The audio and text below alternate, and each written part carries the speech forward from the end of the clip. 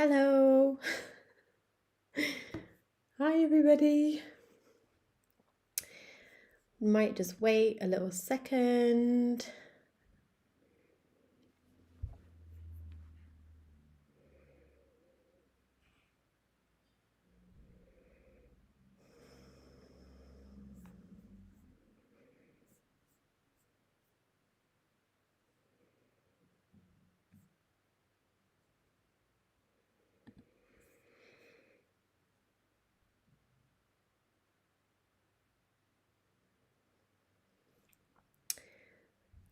Hi, Vicky.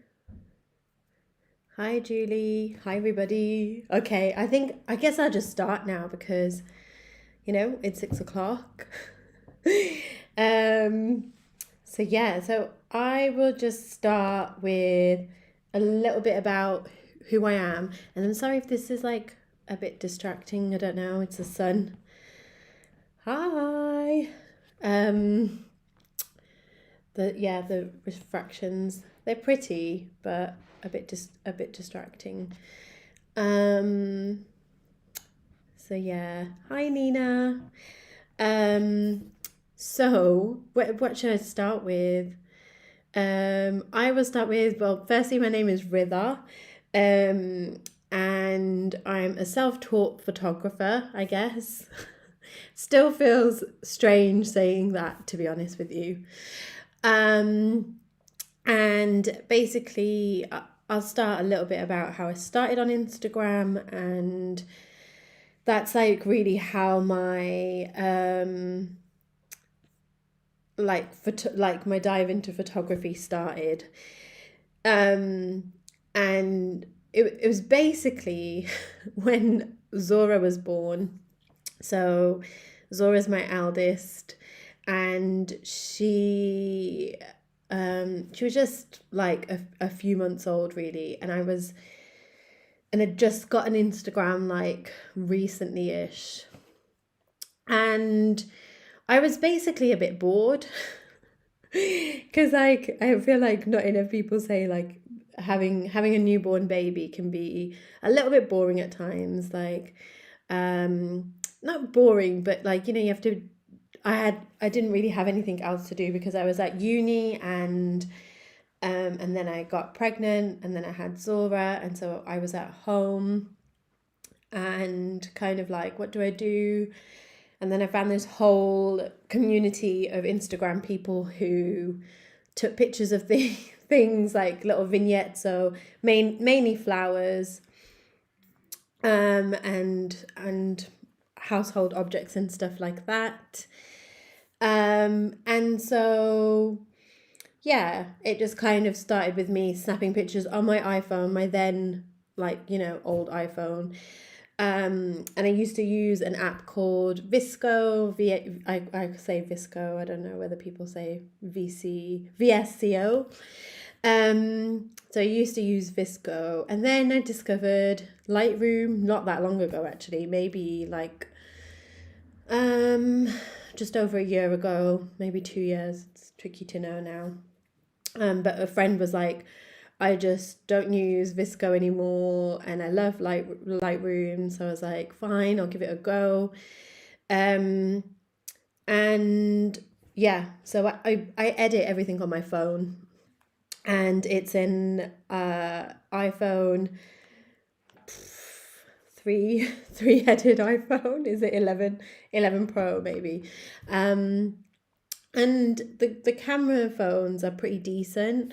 I've got to get your questions up actually, which we'll come to a little bit later. But yeah, and I'd had my trusty EP2 from when me and my husband went traveling. We had a traveling honeymoon, where we went traveling around the world. So I got it in Kuala Lumpur, a little camera, and it did not come with this lens. So it's an Olympus pen, an EP2, and it's really lightweight. But I was using it on auto all the time. And then I decided one day, like somebody I knew was doing like a photography course, and I was like, okay, let's get working on manual and then really, that was awesome. So I'm just trying to put my lens back on. There you go, clicked back on. So, and I will come to talk about lenses also, but this is a really, really old camera. So this is 9 years old now. So not that old, but like, you know, fairly old. This though, the OMD that I use a lot more now is newer. So it's an Olympus as well. And I've worked with them on a couple of things, which has been good. I've like tested out some lenses for them, and this lens as well. And I'll talk a little bit about lenses in a bit. But that was basically, yeah, my journey from an older iPhone.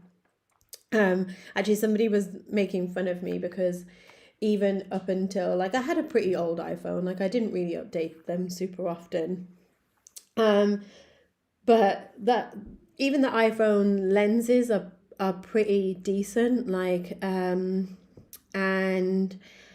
so I will talk a little bit of tips of taking pictures on your iPhone, like other camera phones. There are other camera phones available. Like my brother and my mum absolutely love the Samsung ones, and I know other people who really love the Google Pixel ones as well. So that's how I basically started. I was bored with a newborn baby, and I decided to faff around, and I found a community, and I really loved it. And it kind of, it just like led from one thing to another. And then, I find that it brings me so much joy. And I've always sort of been creative in different ways,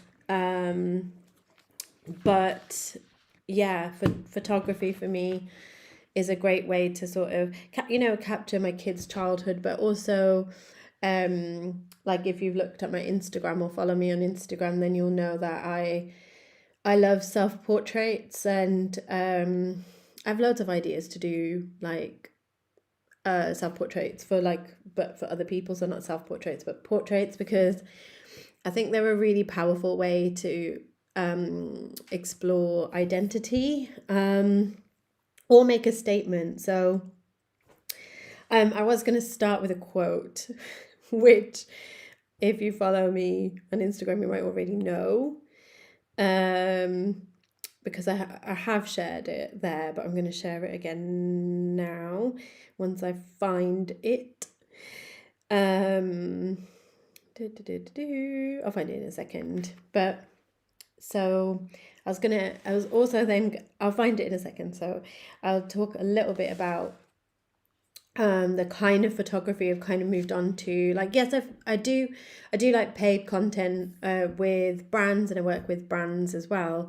But the photography that brings me the most joy is kind of, exploring like my identity as a mother, as a mixed ethnicity brown woman in Britain, and being an immigrant, and coming from Pakistan, and exploring all of that. And then also like in probably the last 2-3 years that I've been speaking more about my like, I guess it's like activism, but kind of just amplifying voices, I prefer to say, because I don't know if I'm an activist as such, but I try and amplify other voices and try and get people thinking, I guess. And also sometimes, just let out my emotions, or whatever I'm feeling. And I feel like having a creative outlet like photography is a really wonderful way to explore that, whether it's for yourself or for other people. And actually, because this is the thing, I think some of the questions, I will find them in a second, but some of the questions were, you know, a little bit about kind of finding your way with a camera, but I think it's really trying to figure out what inspires you, like what motivates you. Sometimes, like a lot of this talk, I'll try not to be too rambly, but it's a little bit difficult for me. They're kind of my trademark over the ramble. Yeah, but basically it's just playing around, experimenting, trying to, well, just playing basically, and not having too many limitations on yourself or what you're trying to do or make. Like some people do work like that, but I think sometimes it can be overwhelming, because then you know you have too many voices, or too many what's the word, you know, you can just get overwhelming. So kind of just yeah, explore with what you have. Light always inspires me, so you know, like the light was refracting over there, and then right now I'm looking at you. I won't be able to show you, but I've got like a jug of water here, and it's sparkling on the table, and I'm really inspired by lights and shadows, and I'm sure there's lots of symbolism in that, but I think it's really beautiful. And I mostly only shoot in natural light, and I think that it's the best way to get like the richest qualities to your photos, and ensuring like you know, like your ISO, if you're working on manual, like your ISO, your aperture, and your shutter speed is all sorted, to, you know, whether you're working in bright light or very dim light or a combination, and how you kind of work around that, and then also how you edit. So I do have a picture that I took on my iPhone, and I took it on my iPhone on purpose because I've got like literally thousands of pictures I can show you from my camera, but I thought it'd be interesting to do a iPhone photo, because I think selfies, I have a soft spot for selfies. But now let me find you that Angela Davies quote. Yeah, so she said, so it was a talk that she was giving for the Wow Global event last year in the summer, and it was around the sort of time that I came across the term artivism as well. So that's more what I would describe that I do, is kind of use like my photography as a medium to amplify. That's not like all I do, but it is a part of me, and it's a visible part of me on Instagram. But yeah, so I was thinking about art and activism, and then I came across artivism, which was a term that was coined by, let me read it so I don't get it wrong, Professor Ricardo Dominguez in 1997. It was a movement in like East LA, but also in Mexico, and it's a political movement to, you know, use art as, like Banksy, he's a great example of artivism, and there are lots of people who do it, but it's very much steeped in play, and the idea of play. And I think that as adults we kind of forget that, like, play for me is like the opposite of perfection, and perfectionism is like a capitalist function. It defaults us to feeling less than, so we want more, and you know, want is a feeling of lacking. So but play fills us up with our sort of natural capacities to, I think that's why they say like let kids get bored, because it's kind of saying like they will find a way to play, and they will create within those moments of play. So yeah, so I'll read this quote. And I think especially right now during the pandemic, and also specifically last year with the Black Lives Matter uprisings and everything like that, I think it was a really like art in all its forms was really important. So Professor Angela Davies said, "We need art in order to remind us of our humanity. They, meaning artists, allow us to feel what we do not yet know." And I just love that so much. And I was like that is it. It's within. I think that's why we need art sometimes, to take us to that state of play, to take us to that moment, those moments of the confines of, the world that we live in, which is a white supremacist capitalist cis het patriarchy. I'm just laughing, sorry, because I feel like I say those, but it's such a mouthful, but it's good to be specific. And yeah. Oh, and I have another quote. I don't know let me know if I'm doing too many quotes, or like, if you want to jump in with any questions at any point as well. But Ai Weiwei, I hope I'm saying it okay. I did look it up. If anything, art is about morals, about our belief in humanity. Without that, there is simply no art. And I think it's a really good base of trying to work out what art is and what art isn't. And, if art is, I guess it's like, sorry, tangent coming on. I feel like I need to, like a content warning for that. But it's like when an independent designer has worked really hard to come up with a design, even if it's a slogan for a t-shirt or a dress or whatever it is. If they've created something from within themselves as something to sort of represent them, and to represent their just their what they believe in, and then a high street sort of capitalist brand then steals that would be, that is not art.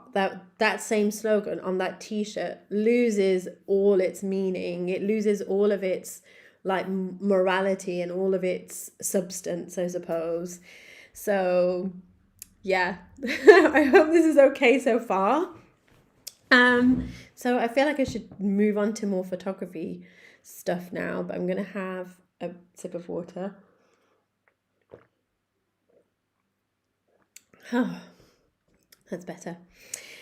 And breathe. So I don't know if you could let me know in the comments, wherever the comments are for you, whether you would like me to do more technical stuff first. Do you want to like see me edit a picture on Lightroom? Because I think that so I edit all my pictures on my phone at the moment. I've only just got a new laptop, which is what I'm speaking to you on.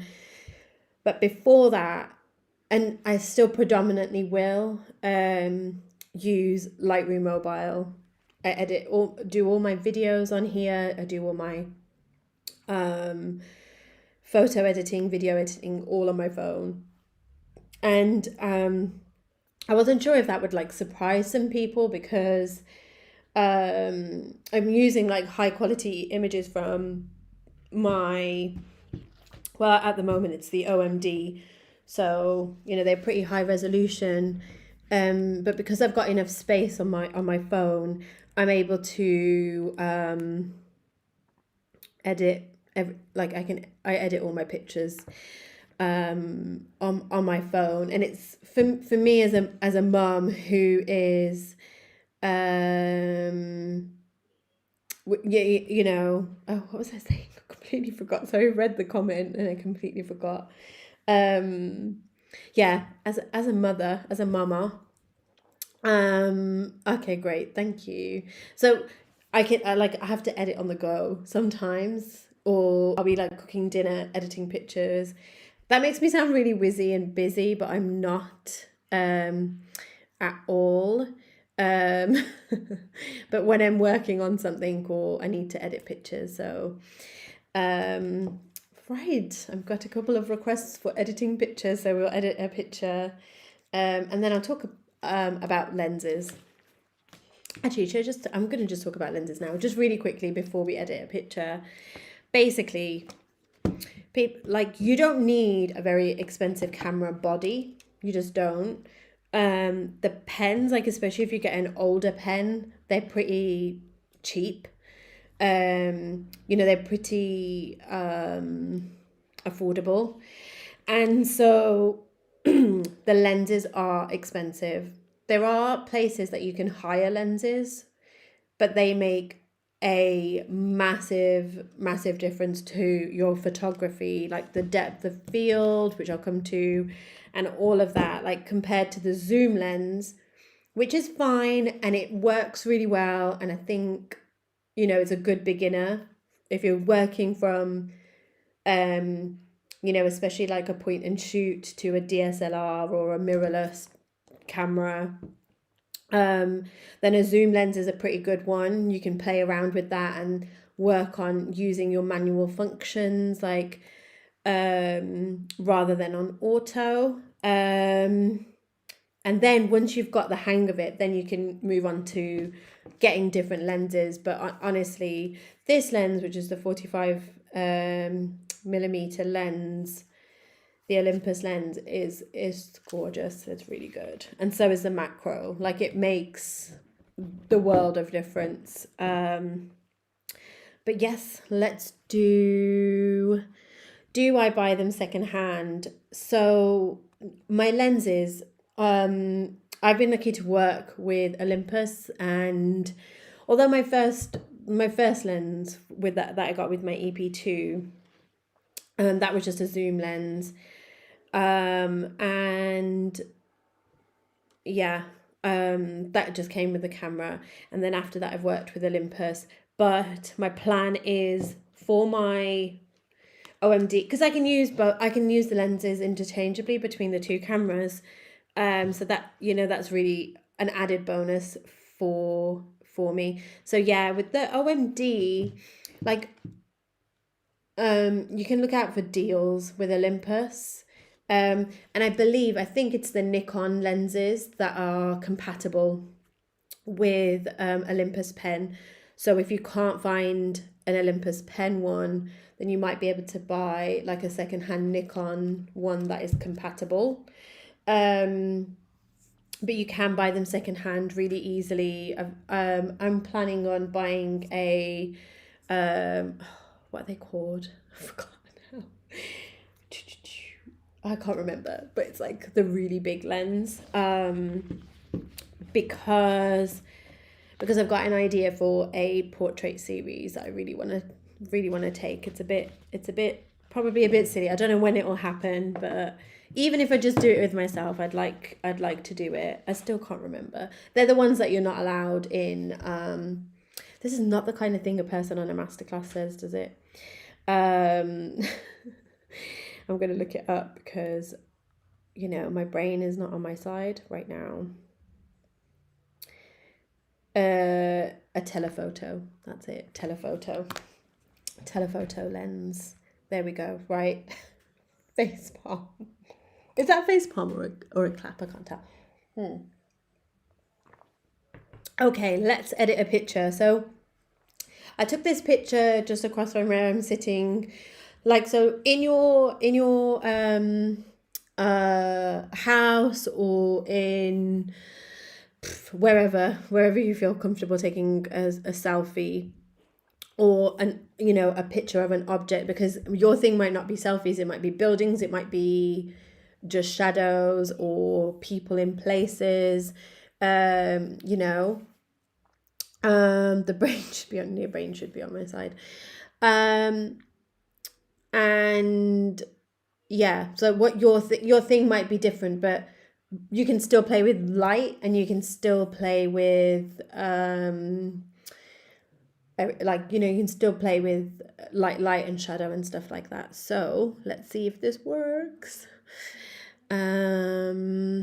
Transition. So hopefully you should be able to see my Lightroom screen. If you could let me know, that would be really great. I'm going to just, oh no, I want it smaller, please. I want it smaller so I can see what you're saying. Oh, it's made it a bit small. So, but hopefully you can see it okay. You can see it okay. Cool beans. All right then. So, I've got this picture of my own face when I was tired. And so this is just on my iPhone, and I picked up this little branch thing in the park, and I was just playing around with the depth of field, and the way that the flowers were making a pattern on my face. So there's my face real close up. And I really like to play with like light and shadow and stuff like that. So you can do this all on your mobile phone as well. Like if you can download Lightroom, then you can edit it all on there, and it has the same functions. It isn't a free app, so that's one thing I will say. But I think that if you're trying to edit better quality pictures, then I think Lightroom is the one that you want to be in.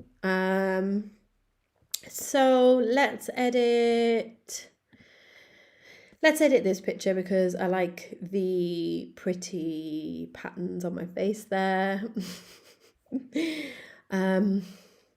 So for Instagram, if you wanted to crop it, this is going to, sorry, because it's new on my thing. You can just choose what you'd like. So for Instagram, you can do the 1x1 square or the 4x5, which is what I'll choose, which is the portrait mode. And then we'll go back to settings.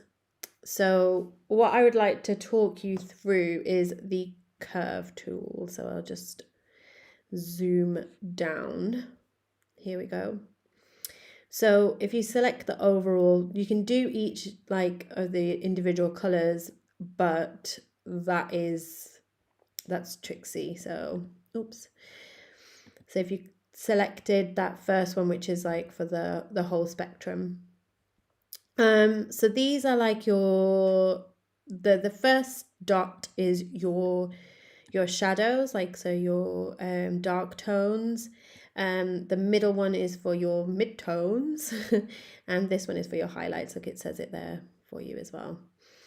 So I quite like the contrast, but perhaps I want to bring up a little bit more of the light or the shadow. So I just have a little play with it. So let's have a little play, because that is how we will learn things when we are in our state of play.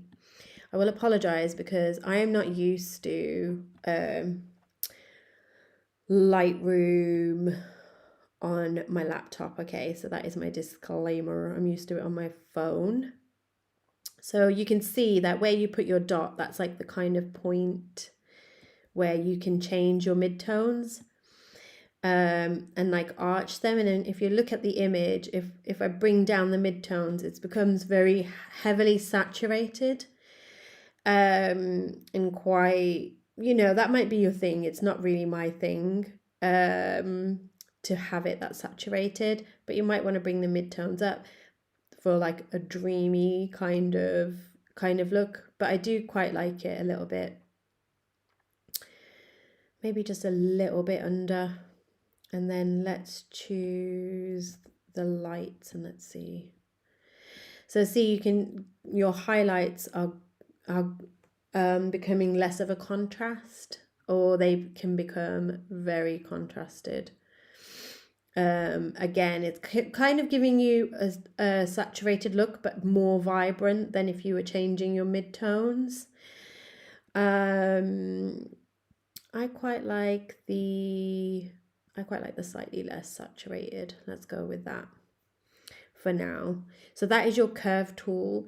The curve tool is really great if, for example, let's just go into this picture actually, because this is quite dark. So in this, you can see that it's underexposed here. And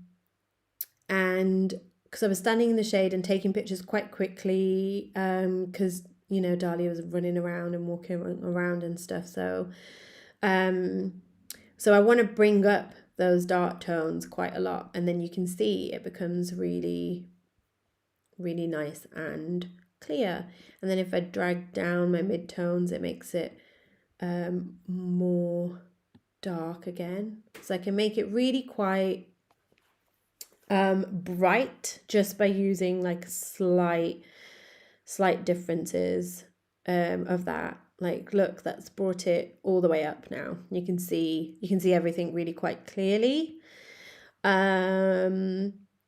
Can I get a thumbs up if this is all making a little bit of sense? If there's anything you want me to clarify, I can see the chats, so let me know. So yeah, so if you had a dark picture, so overexposed pictures, yes, it would.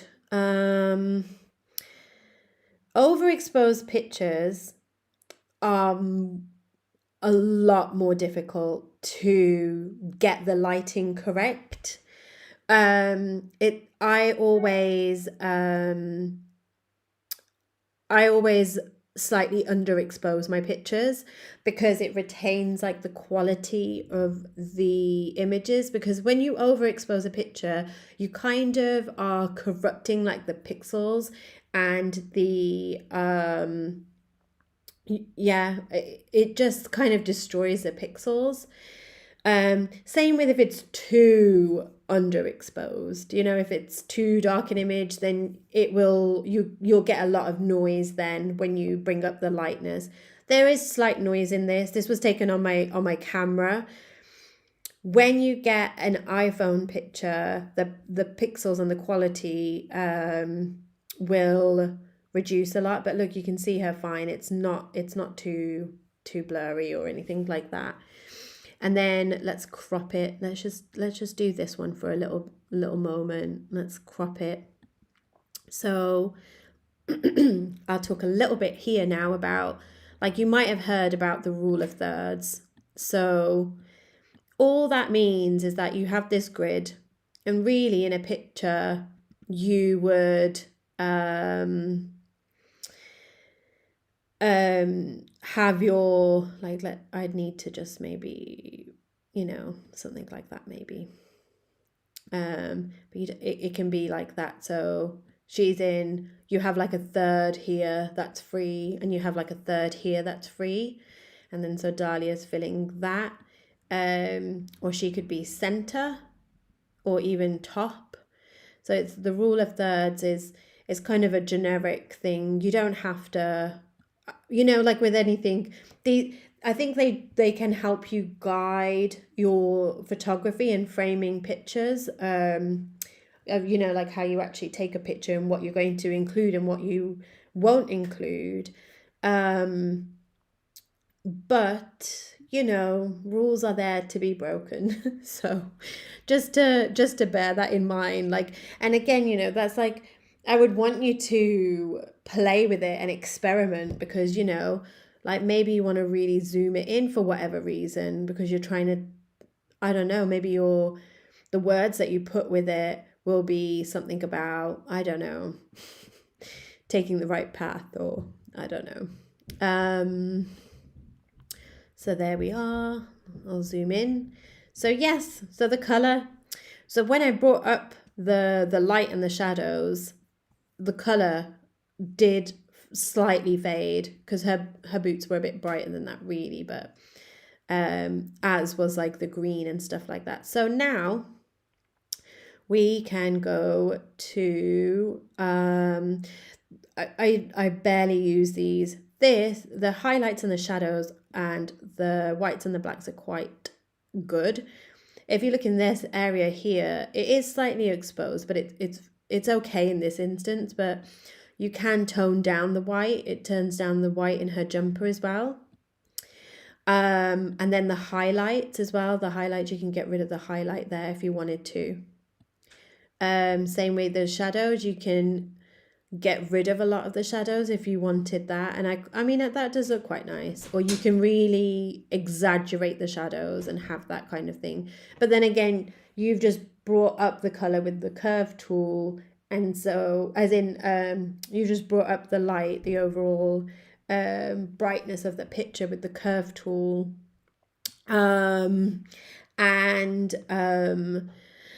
Yeah, by increasing the shadows, then it kind of takes away from that. But maybe you want to lift the shadows a little bit, turn down the highlights a bit.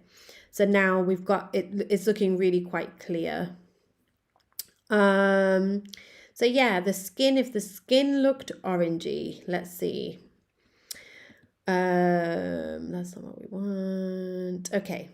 So I really love messing around with the temperature, tint, vibrance, and saturation. Like, again, if you follow me on Instagram, like, you might have noticed, like, I've got a different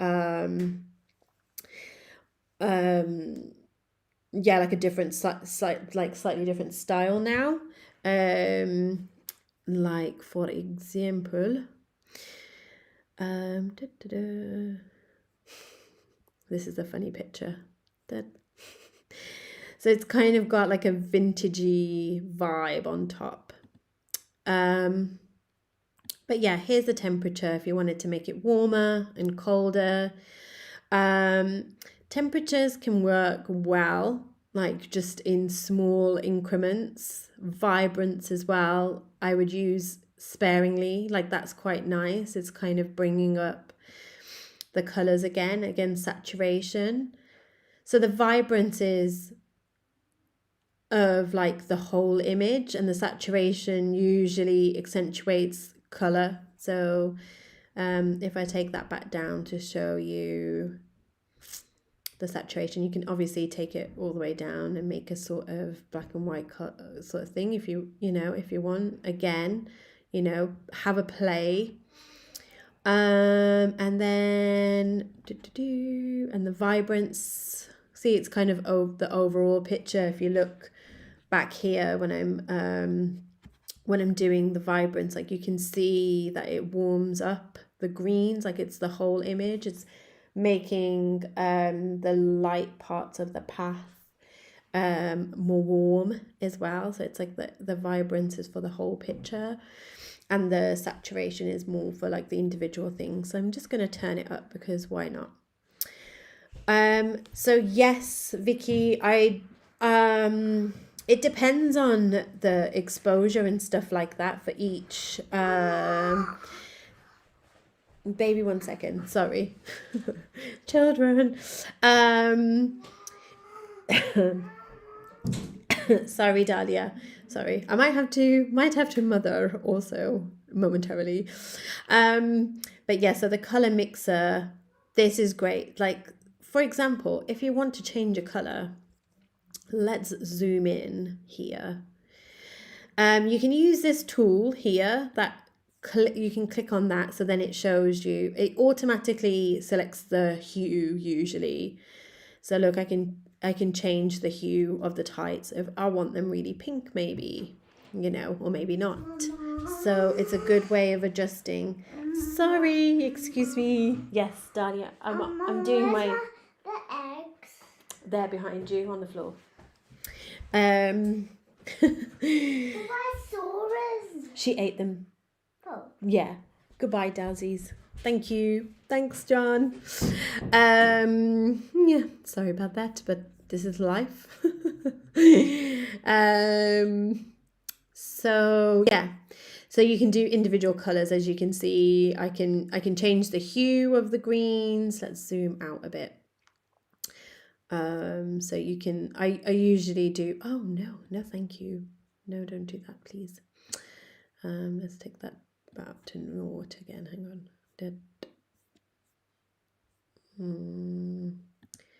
Stop doing it, color mixer. Right. Why isn't it? Unselect it, sorry. There we go. Right, so if we wanted to do the greens, I find it quite, like, you can make it more vibrant. It's changing her skirt as well. So you might not want to do the skirt. So I will show you, I will show you how you can sort of select and do it as well. All you do is you go to the paintbrush. You can choose the size. Say I only want to change this, yeah, I just want to change this bush here. Then I can change like the hue of that without changing Dahlia's skirt as well. So let's keep it, I don't know, let's keep it about there for now. But you use this brush basically to select what you would like to change, and then maybe I'd like to change, although I have to say again, I'm not used to the one that you have on your phone, Lightroom mobile on your phone. I'm usually able just to brush and mark a whole thing. Oh yeah, look, it did do it. Okay, sorry. So yeah, so I can't see it, but look, if I did all that there, and then I can hold it and see it, and then then I can sort of change that area. If you can see, like the slight tips of the trees and stuff are changing. Oops, no, I don't want to do that. Yeah, and then you can delete it and stuff as well. So there we go. So you select it with the brush, and then you can also do like highlights and shadows for one area. You know, if you've got like a Trixie picture, will it pick all the colors in the picture that yes, so yeah, you can select it, but otherwise it will. Usually for me it's okay for that to happen, but you know, if I'm trying to bring it out in a particular area, then I can select it with the brush tool. The healing tool I don't really use, like, unless I need to get rid of like a pesky line, or I don't know if that is, but it's, imagine if that was litter and you wanted to get rid of it and that was like your vibe, then you could get rid of the litter, or you could get rid of something that was bugging you in an image. But again, you know, it depends on what you're inspired by, or what you're trying to, take it. Sorry, it keeps giving me instructions because I've just downloaded it freshly onto my laptop. So yeah, so the color grading, this is something that's newer on the Lightroom mobile app, and I've had lots of fun with it. So let's just put this here. And then it changes the grading for your whole image.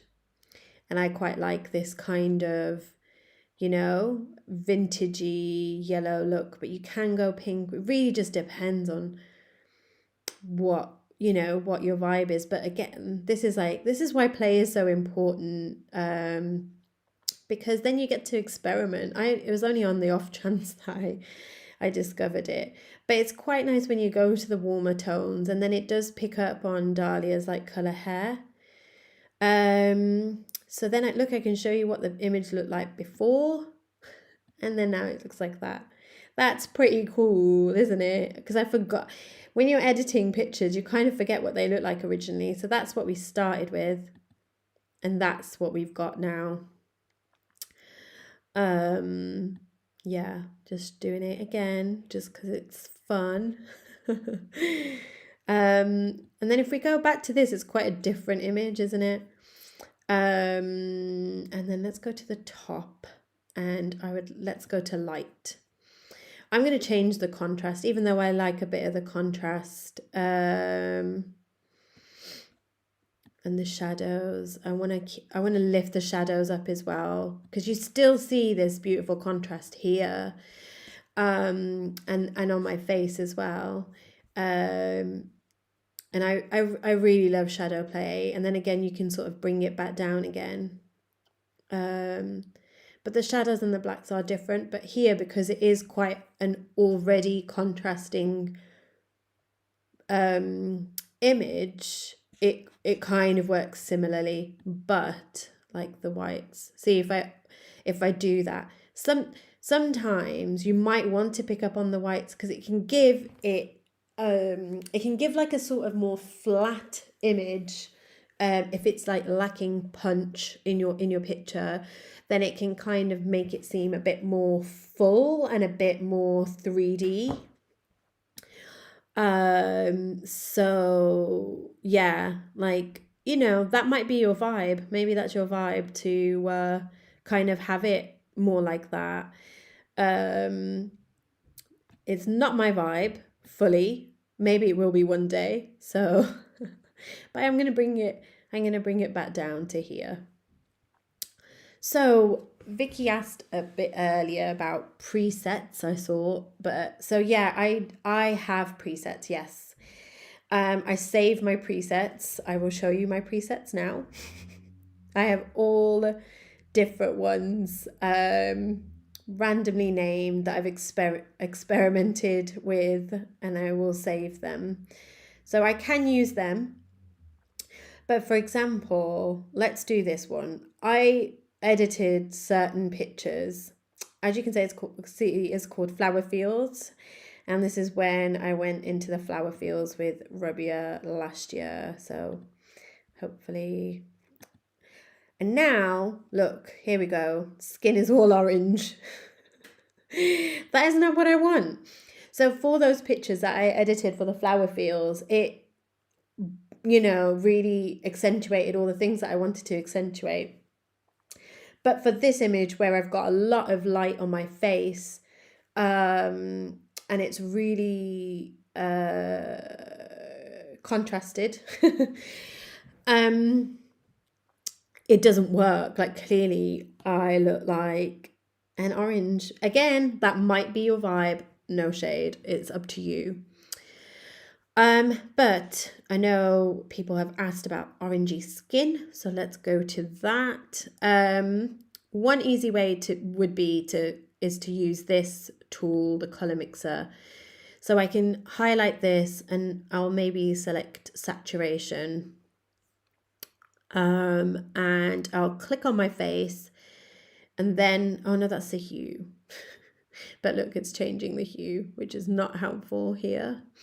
I want the saturation, please. Why isn't it doing the saturation? Ah, here it is, that's why. You can make it more orange if you wanted, or you can make it way less orange. So you go to the saturation of the color.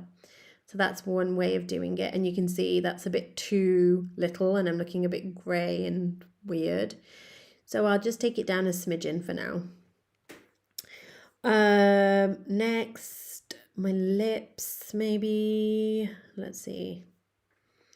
My lips, maybe I want to change like the hue. Oh, no, please select my lips. Oh no. So this is the thing also, sorry. So if you've got two similarish colors, like, then you can, it'll keep changing them. So that's a bit annoying. But in luminance as well. Luminance is good if I do that.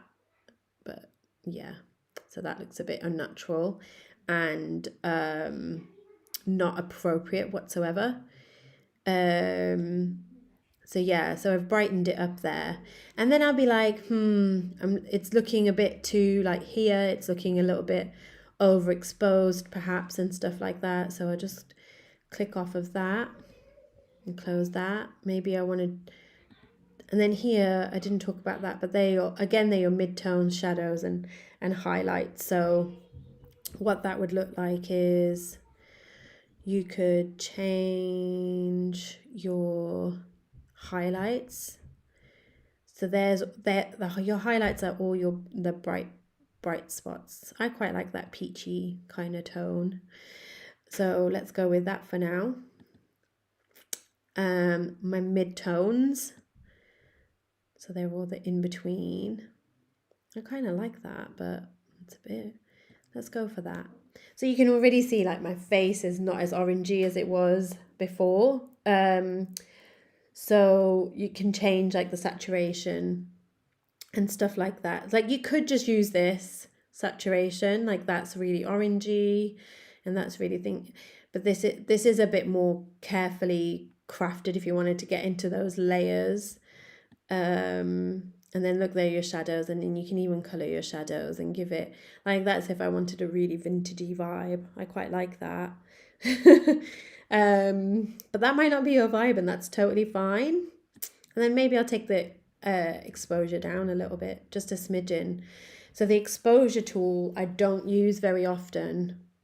I use the curve tool more so. Or this, like if I wanted to give some of the shadows back maybe, or a bit less. I think I like it a bit more shadowy. And then again we can do the old, that's what it looked like, and that's what it looks like now. So still me, a bit vintage. So yeah. Is there anything else that I can show you? We could do this one again, like I've got my presets. Bahar is okay, it doesn't really work. Some of these don't work for this image. And then so, and you know, if my edited image, then I don't know how I do it on here though. No, I should, let's see, look, copy, edit settings. So I can copy them and then I can paste them. Paste, edit, settings. And then here, so I've got the same kind of look now, and then I can edit, and then I should be able, usually it's here that you can do create preset as well. And it doesn't seem to be there, but I do have a whole thing here for presets. Let's see. No, I don't want one of those. I don't know where it is, but usually it's like here and then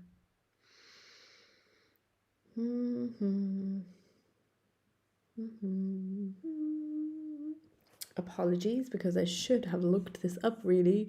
I looked up how to get all my presets and stuff on here, but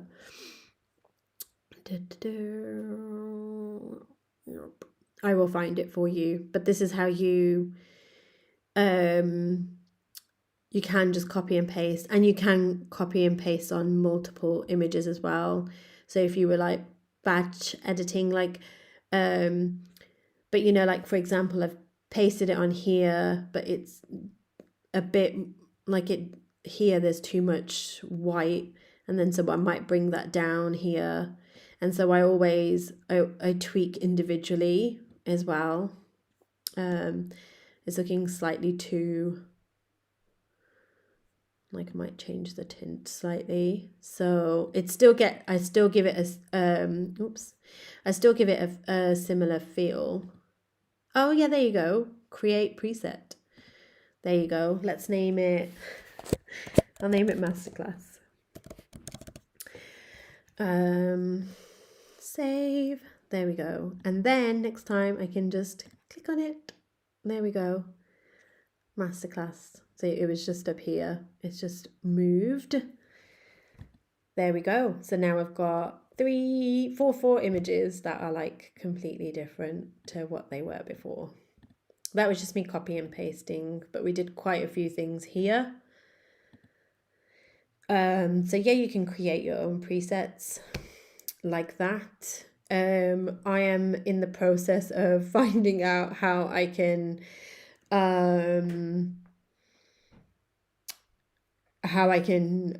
share my presets. Like, I don't know how to fully do that yet, but I will work it out because that's something that I'd like to do. But yeah, so any questions thus far? I will go back to my face momentarily, if that's okay. Hello.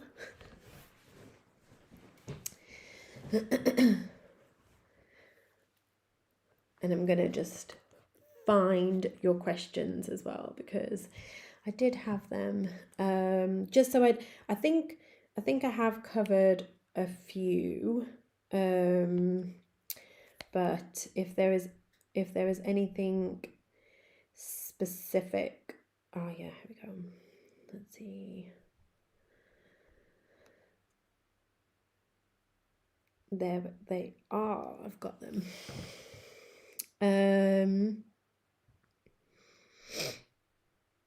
Yeah, so if your photos are very saturated, then you would use the saturation tool, or you would use the color grading as well. And yeah. Oh, somebody is a music artist. Like, I'm hoping they're here as well, Ruthie. And they said they needed to take some photos for a single release. That is really exciting. Congratulations. What are some good tips to keep in mind? So I think light, not overexposing your pictures. If you are not feeling confident enough to work on manual, then you know, it's fine to use auto, totally fine. But just make sure that where you're taking an image, to like take a picture of an object first, to see like what the light is like in the room, like what needs adjusting, yeah, and again, just play, like, have an idea for a single release. Like, I guess you've got your inspiration of your lyrics, like what can you use from within those lyrics, or is it a feeling that you feel when you're listening to the song? Like, is that something that you want to get across? Pardon me. So yeah, so it might be something like that you want to put across. I would use like textures, or, you know, like how I used the flower. So you could use something to kind of be playful, where you are like interrupting the. I'm gonna just get a little. I've got some flowers from very lovely friends. Here we go. Let me see. Let me get some little sprigs if I can. Just to kind of play with like the lens and stuff like that. So I can do it here like this, really. Let's see. So like you can do it like this and play with like poses, or perhaps like fabric. It really just depends on like what you're trying to convey. Like, you know, if it's a happy song, you want the image to kind of reflect the joy in it, or, you know, perhaps it's another feeling and you kind of want to evoke that with your image, and, you know, or a sense of who you are as an artist, as a singer, like what kind of artist are you. So it might be something, it might just be a bold picture of you just standing there and like some gorgeous lighting, like by a window. Like, actually, when you're shooting in natural light, one of the best places to take pictures is opposite a window, like in front of a window. So if you're facing a window, there's a window there, that's why I'm like looking that way. There's a window there. So yeah, So if you look at the window and then you have the camera set up in front of you, and then you can have some fabrics, or you can have it's emotive and empowering. So I guess like think about what is empowering to you, like what is empowering about the song, and kind of think about whether you'll be in the image. Can you use something else to represent what empowerment means? It can be so many things, but I think as long as it kind of gets, it's open to interpretation. You'll know best. You'll know best what is, because it might be a building, like, I don't know, say if it was a song about Birmingham, but it was still empowering and emotive. Like, would I want a picture of me, or would I want a picture of a landmark? Because maybe like it depends, but of course, people connect with art in different ways and photographs in different ways, and so other people might not get it, but then do they need to? It's like, if it means something to you, then it's okay, is what I say. Tips for learning how to take photos with a camera phone, specifically iPhone. Oh yeah, that sounds dreamy. Yeah, like some swishy movement. So this is a good opportunity for me, actually, before I go on to the iPhone question, is to talk about the main things that you need to work on manual. And once you go to manual, like your life will be forever changed, because it gives you so much more control. Oh, sorry, I missed that. Any advice on how to take the photos, like what to make sure of before taking?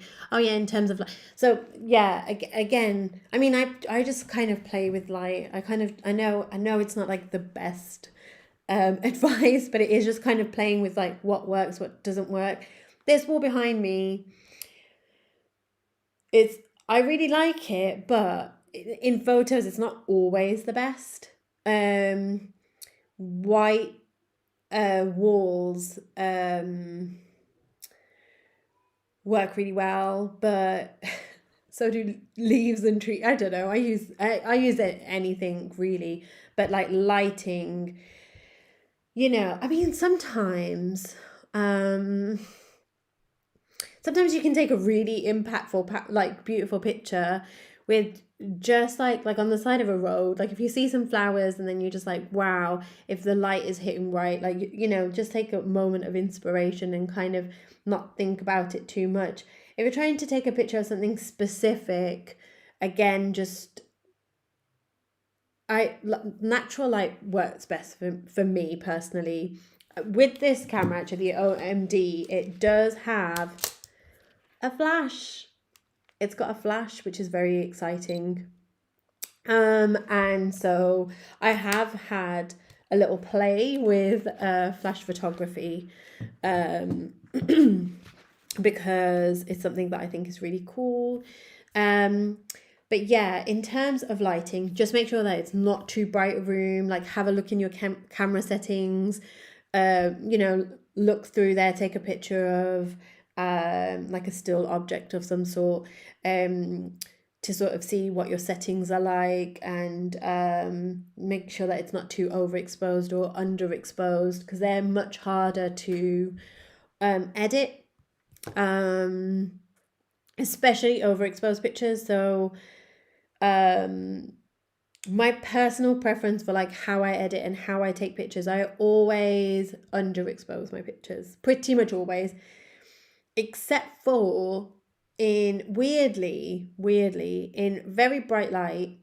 It works really well ever so slightly overexposed, which sounds strange because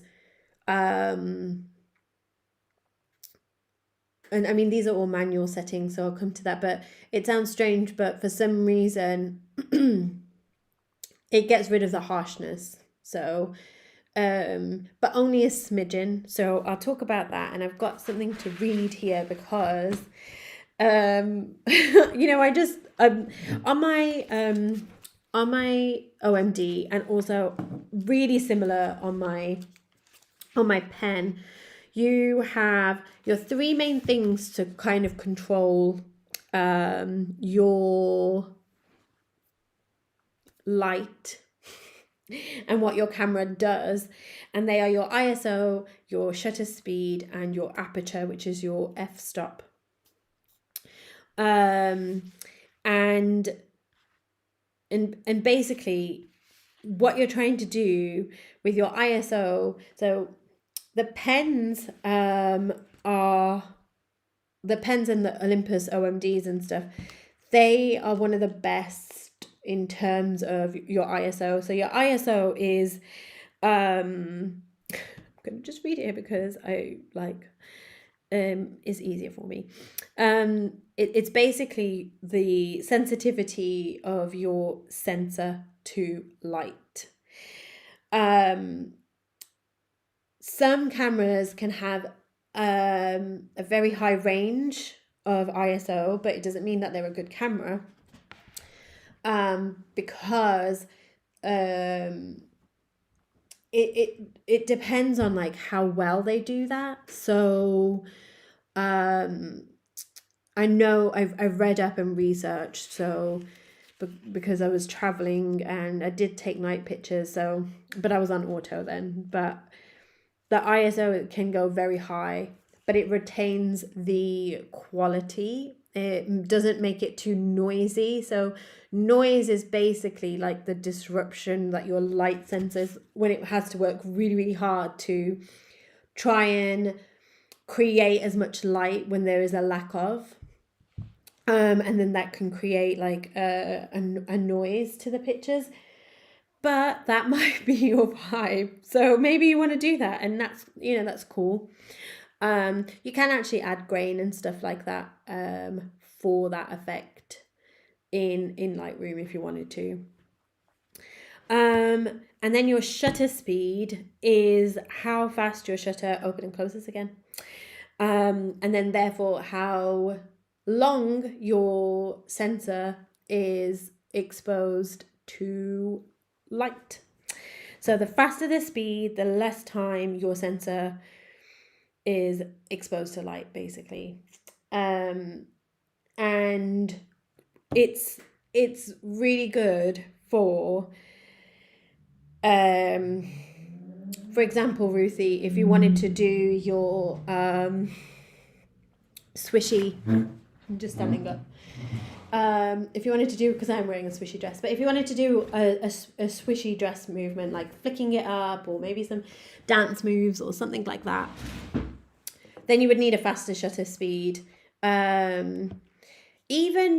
on most normal days, I usually have also my ISO at about anywhere between 250 and 500. Because I find that it creates a nice balance overall in terms of light for my image. And then also if I'm outside and I'm going from light to dark quickly, if I've got my ISO like at a medium sort of thing, then it's less time for me to change my shutter speed or change my f-stop, which I'm going to talk about now, which is your aperture.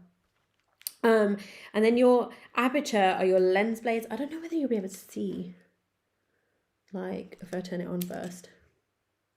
They're inside. You won't be able to see it, but you can see it, like you can watch it on your own camera. And it's just your blades and the hole through the lens. So the smaller the number, the bigger the hole, and you can get more light through. So I usually have my f-stop on anywhere between -1, and it is different for different cameras, so I am being Olympus specific, but it's not too dissimilar, to be honest. Yeah, I usually have mine mostly on -1, that makes it slightly underexposed.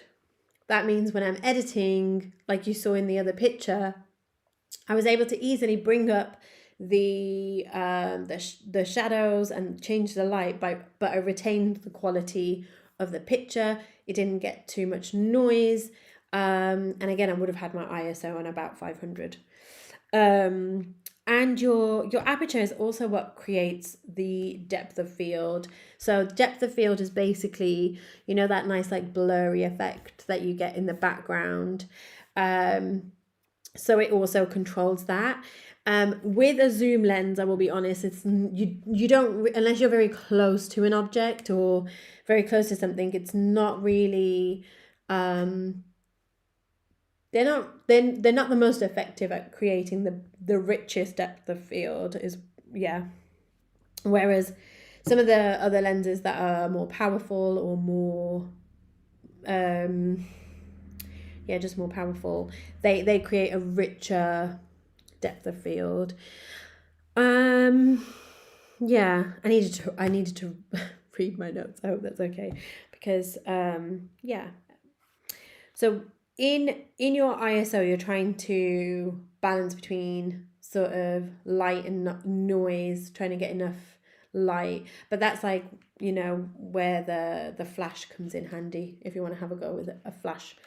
If you have a flash available, even on a point and shoot, you know, you can still experiment with these things even on a point and shoot. But yeah.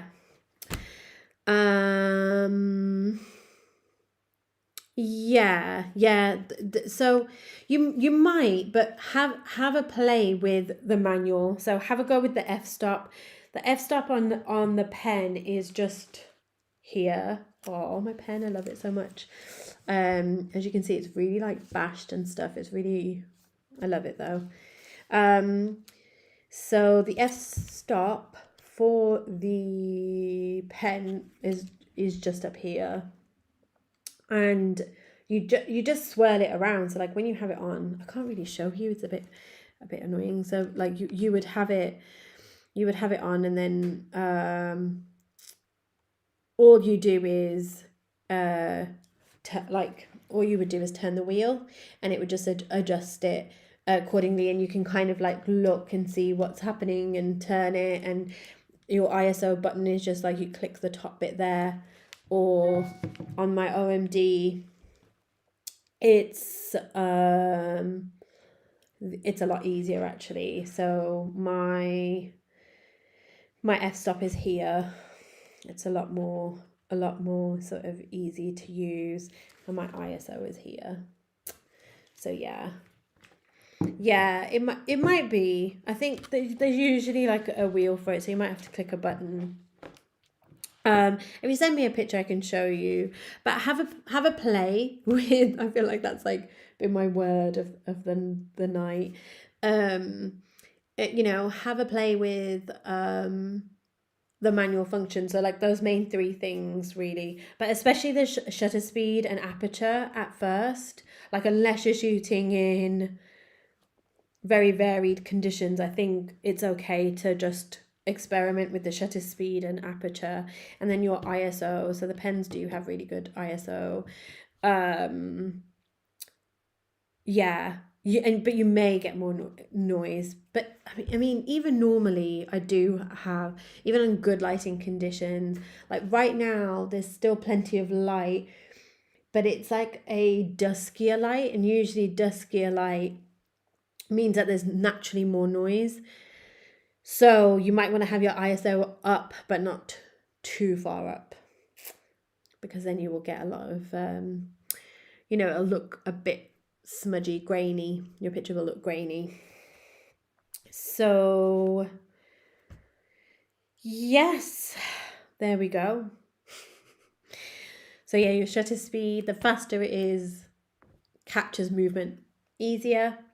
Your apertures, your depth of field, and you can use your zoom. You can use your zoom lens.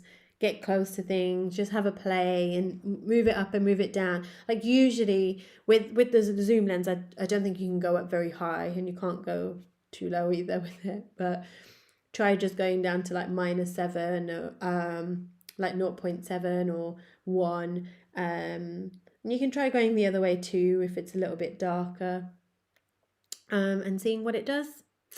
That's what I would recommend. Yes, I do have more questions. But did that all make sense? I hope some sense. Like, I know it can seem scary going on to manual, but I promise you it's not scary. Nothing will come eat you. I mean, if it does, then disclaimer, that was just really unfortunate. And not the camera's fault, not you going on manual. Yeah, just go on it and have a look at those 3 things. The ISO, shutter speed, and aperture, your f-stop. So yeah, just have a go with it, and like the more you play, like the more confidence you will have, because honestly, remember, capitalism tells you, you know, all of these, they do exist, and especially if you're a marginalized identity in any way, whether it's your race, gender, sexuality, you know, whether you have a disability or whether it's, you know, whatever it is about you that makes you marginalized, you know, even being a woman to some extent, like obviously less so if you're a cishet white woman, but even then, yes, because there's certain expectations of us, and we're always sort of made to feel less than. And a big part of play is decolonizing our brains, because when we're in a state of play, we engage with like our like entire brains. Play is such a it's like the antithesis to everything that's pushed upon us, like told us to, like, you know, we're told to create so much, and we're told to show up in a certain way, and we're told to always like go and always be, and it's toxic because we can't always do that. Play allows us to make mistakes. Are they mistakes even? You know, play allows us to tap into our creativity. It allows us to discover things. It allows us to embrace joy. You know, and it's why it's such a massive part of like the early years foundation stage, like for school kids, and it's lost so quickly within even the school system. You know, we've got to change, overhaul education, because that is a big part of, you know, controlling us. And so I feel like, you know, we're taught, you know, play is amazing for kids and blah blah blah, but it is for grown-ups, it is for any age. And, you know, even if you think about like a lot of care homes bring in like pets, or they bring in young children to play and spend time with the sort of elders of our community and stuff like that. And I feel like, why is like such a massive part of our humanity taken away? Like, why is it, you know, by taking away play and not giving us the opportunities? I think that is why people get drunk so much, like, and drink so much in England, because they're always like, you know, you've got to escape from the daily grind, and you've got to kind of, you can be more childlike, you know, and be like, oh yeah, but I was drunk. But it's like, you know, try just playing for the sake of it.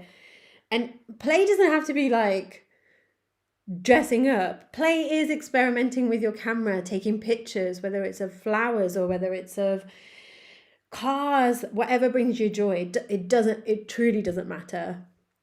And I think we've just got to remember that.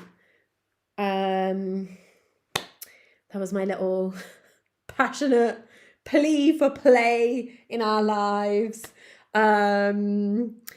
So yeah, I should answer some more of your questions, shouldn't I? I'm going to take a little sip of water. And any questions, please do keep asking me in the chat.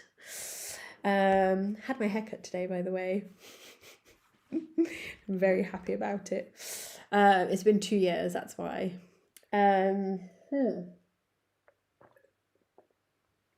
Right, so, oh yes, camera phone. How do you keep it? I'm gonna answer this one first because it's kind of on the subject of play. Like, how do you keep passionate about keeping creative? Don't don't put that pressure on yourself. Like, honestly, that is a capitalist way of thinking. Without rest, there is no play. Without rest, there is no creativity. Without rest, and we're constantly pushing. Give yourself breaks. You don't always have to create.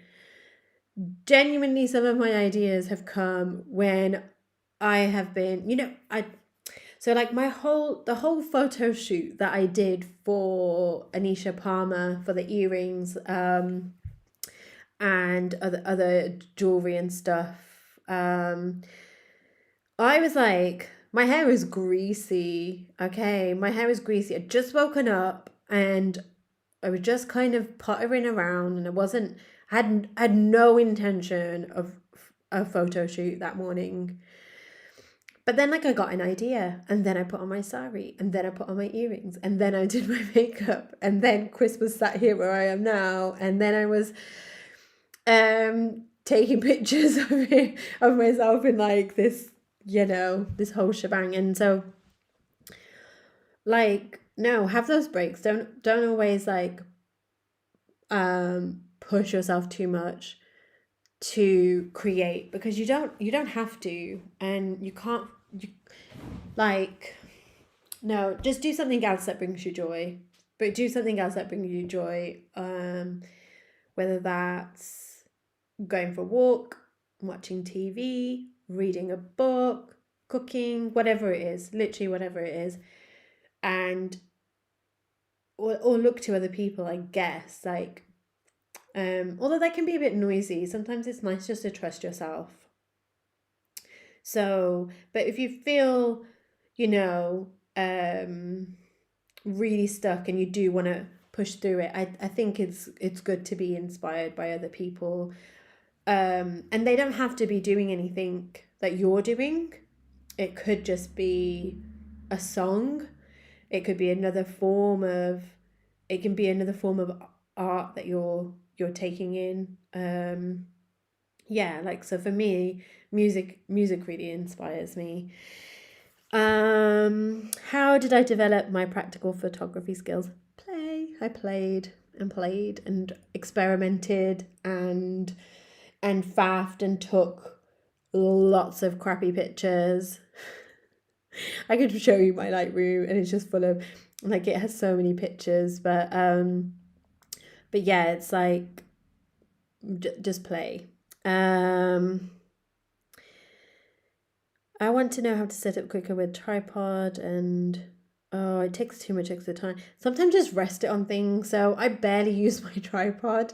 I will either hold the camera in my hand, or I will just place it somewhere and crouch, or so if you're able to do that, even if it's like, sometimes I've balanced my camera on trees, in branches, in bushes, ask my children to hold my camera and take pictures for me. So I'll like set up all the settings, and then I'll be like, so can you take pictures of me, please? How do I get over the fear of not being good enough? You are enough. Let me just say that. You are good enough, and good enough is enough. And I really, really think that this idea, as I said, is just, it is very much embedded in cis het white supremacist Patriarchy, you know.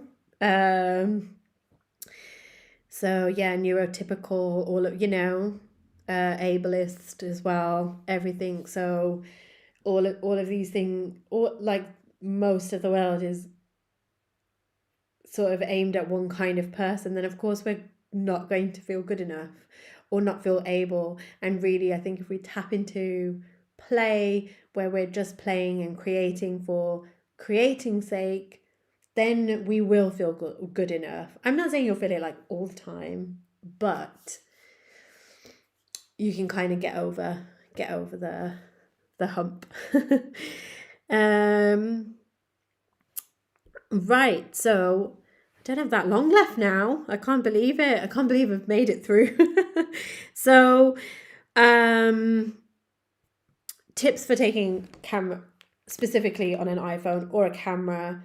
I would say a really good tip is, there's my face, use this square. You tap on your screen. You can see that my cheek is overexposed that way. If I tap the square and then I drag my finger down, can you see it's adjusting the exposure? I can take it up as well. Top tip.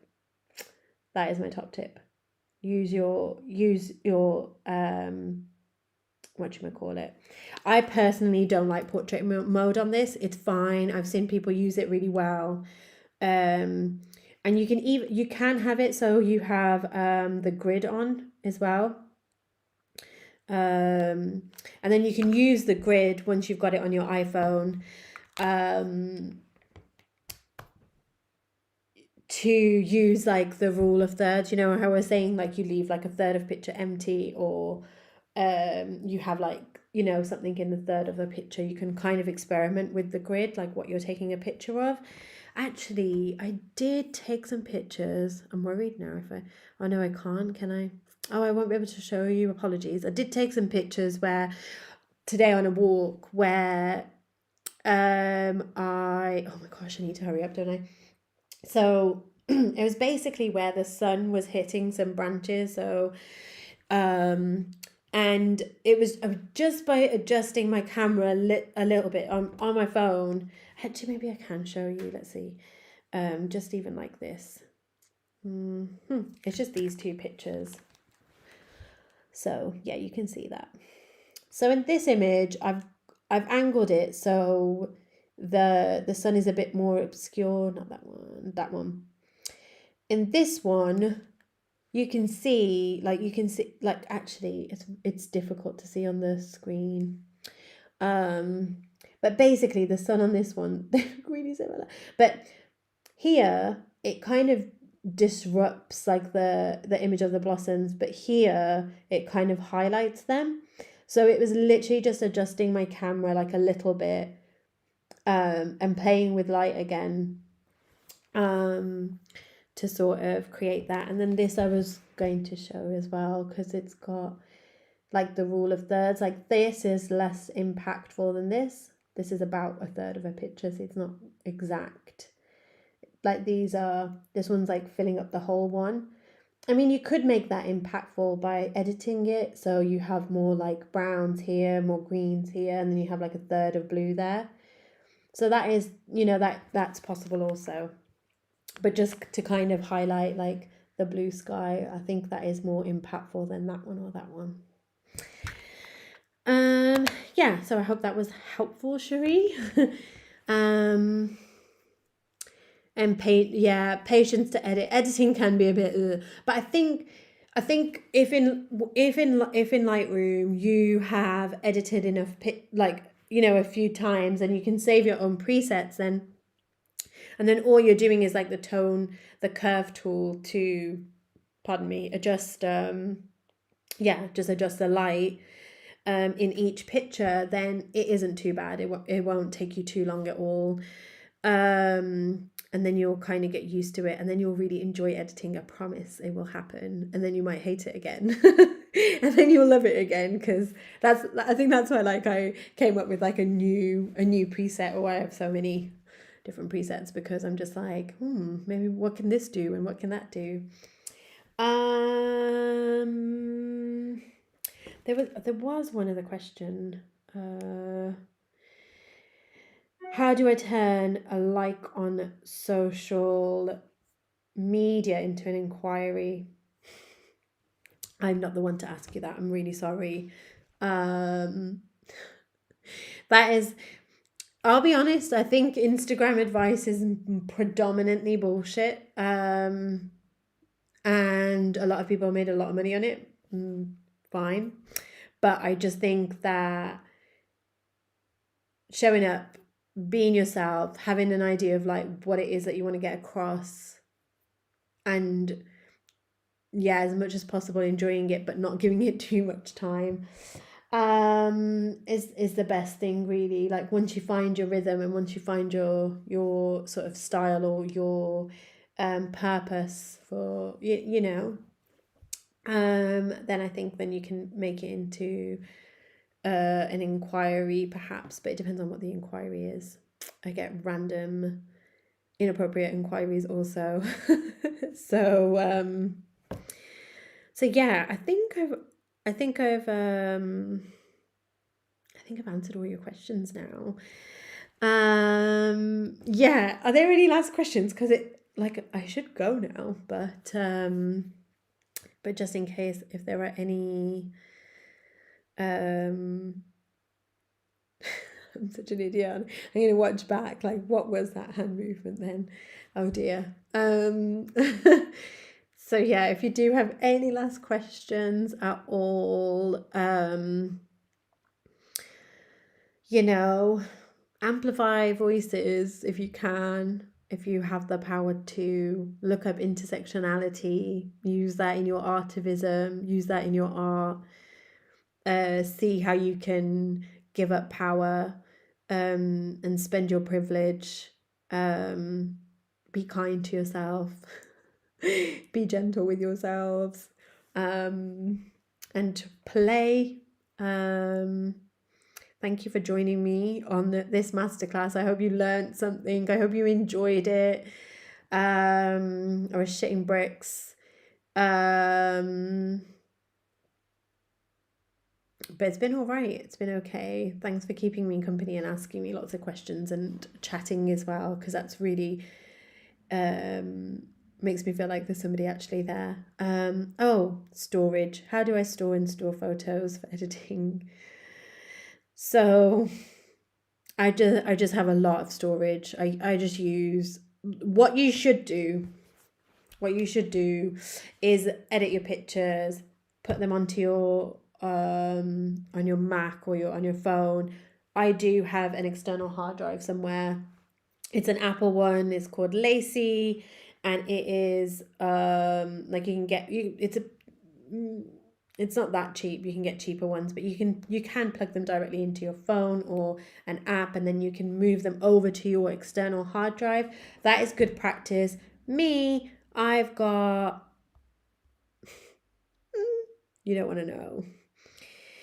You don't want to know how many pictures I've got. I've got 146,000 pictures on my iCloud. So yeah, I'm gonna tidy them up, but you can have photos and stuff, like, you can organize it in albums. You can create albums and have them in there. When you was editing in Lightroom and then you save them onto your phone, then you end up with an automatic, like, iPhones, probably most phones create albums for you anyway, if you're editing in an app. So if you can't do Lightroom and pay for it at the moment, then Visco is a good alternative app, and I think some people like Snapseed as well.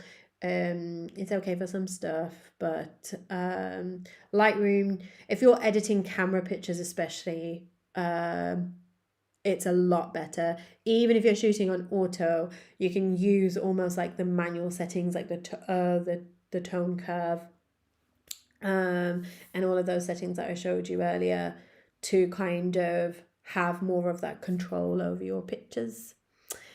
Yeah, I think that's it. Thank you again. Yes, gonna put my play pants on. Yes, please do put your play pants on, and yeah, thank you for joining me. Ah, and I'm going to play more. Yeah, please do. Please do, in whatever way it is. Play, I think, is just actually being curious and inquisitive and not holding any expectations for an outcome as such. Even if you have a rough idea, it's kind of that without that pressure. Thank you. I should end it now, shouldn't I? Thanks, everybody, again. Bye.